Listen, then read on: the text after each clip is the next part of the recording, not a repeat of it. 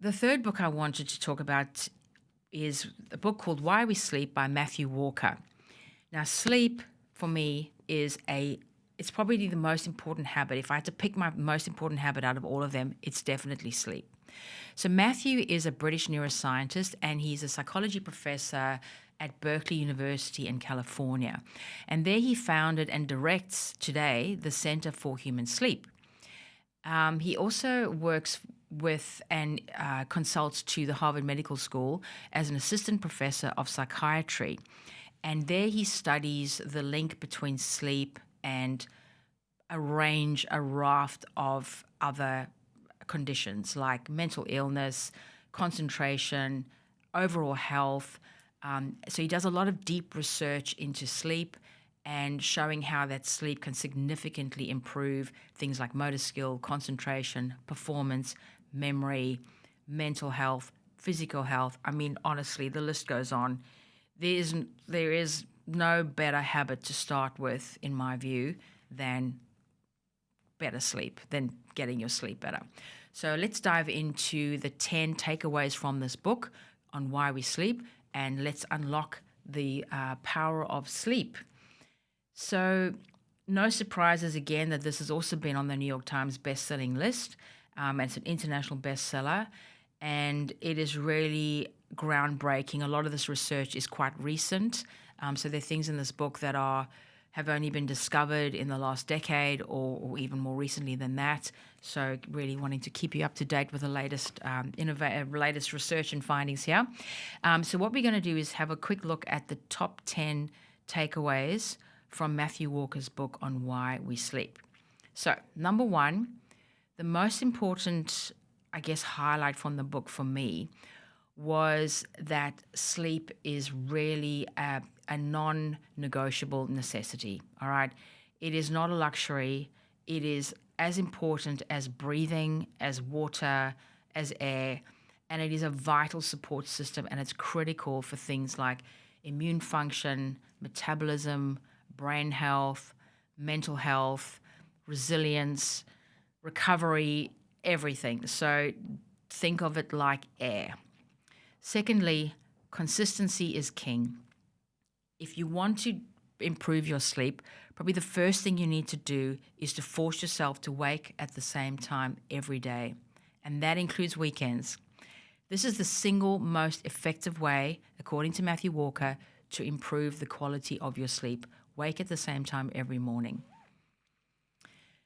Now, there are things that go contrary to previous beliefs. So he also talks about the fact that you can't catch up on sleep debt. So if you've had a sleep-deprived couple of nights, you've been out late or you've been working, burning the candle at both ends, don't think that you can just sleep extra the next day. You need to be aware that damage from lack of sleep is cumulative, and it can't be reversed by extra sleep the next day. So you need to make sure that you are still waking up at that same time every day, but really prioritizing your 8 hours of quality sleep. The next point I just wanted to talk about briefly was this notion of REM and NREM sleep. And he talks a lot about the importance of REM sleep. But in order to have good REM sleep, you need to have NREM sleep. And the things that disrupt that NREM sleep are things like alcohol and caffeine. And without good NREM sleep, your body doesn't get ready for REM sleep, which is where the real magic occurs. So, I mean, he does get very detailed on that, but I think it is important just to understand at a high level what he's talking about. Sleep for learning was very, very interesting to me. So not only does sleep prepare our brains to better absorb information, but sleep actually consolidates our learning after it's occurred. And I play the piano, and I would honestly tell you that if I practice something, I go and have a good night's sleep, the next day I play that same piece and it just sticks. And that's because I've had a good night's sleep. And now, sorry to say, but caffeine and alcohol are an absolute no-go if you are trying to improve your sleep. Caffeine, as we all know, is a stimulant, and particularly if we're having caffeine after 12 o'clock, it is going to impact our ability to to fall into that NREM stage. And if we're not getting into that NREM stage, which starts to lower our metabolic functions and get us ready for REM sleep, we're not going to get all of that restorative benefits that come out of REM sleep. So we really do need to make sure we are not drinking before we go to bed and limiting our caffeine after 12 o'clock. This research was really, really interesting, where he talks about this sort of cellular wash that happens when you sleep at night, and this notion that getting into this deep REM sleep actually cleanses your brain from what they call plaque buildup, which happens during the day. And there's been early studies that are linking this plaque buildup to things like Alzheimer's and dementia.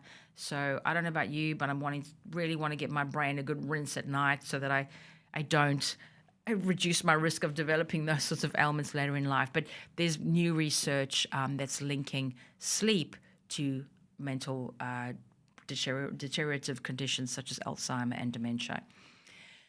A lot of discussion as well also about the link between sleep and mood. So sleep has been shown to really improve our resilience, reduce our stress. It boosts our metabolism, our immune system, physical restoration, heart health. I mean, it is just a no-brainer. It is just everything that you need to tackle can be just done by getting quality sleep every night. So in addition to making sure you're waking up at the same time every day, what are the other things that you should be doing, according to Matthew Walker, to sleep well? Number one, wake at the same time every day, as we said. Secondly, keep your room cool and dark. So think back to the cave days. How did cavemen sleep? They slept in dark, cold environments. Your body, in fact, needs to drop its core temperature by about 0.5 to 0.7 degrees to initiate sleep and to keep you asleep. I mean, he talks about 2 to 3 degrees Fahrenheit to initiate sleep. If your body goes above that temperature, you will wake up. So the key to keep your room cold so that you actually fall asleep and you stay asleep. And of course, we want a dark room. So no flashing lights, no tech, no gadgets, no alarm clocks next to your bed, no phone next to your bed if you want to get an optimal night's sleep. There is a lot of discussion in this book around and proof, research-based evidence to support the link between sleep and all of these other medical and physical, biological and mental benefits. So he's not just obviously plucking this out of the sky or observing people. This is actually, been rigorously tested. It's been published. These are findings that are irrefutable. So it is no surprise that this book has been absolutely groundbreaking in understanding why we sleep and why it's important for us to sleep. He really also believes that proper sleep is the most effective, legal, performance-enhancing drug that you can take. So athletes, students, people studying for exams, or any mentally challenging task or physically challenging task that you need to undertake, your most powerful performance-enhancing drug is a good night's sleep. And I've said this to my kids time and time again when they're when they're preparing for writing exams. The most important thing they can do once they've finished studying is to make sure they get a great night's sleep, and make sure that they're getting up at that same time every day.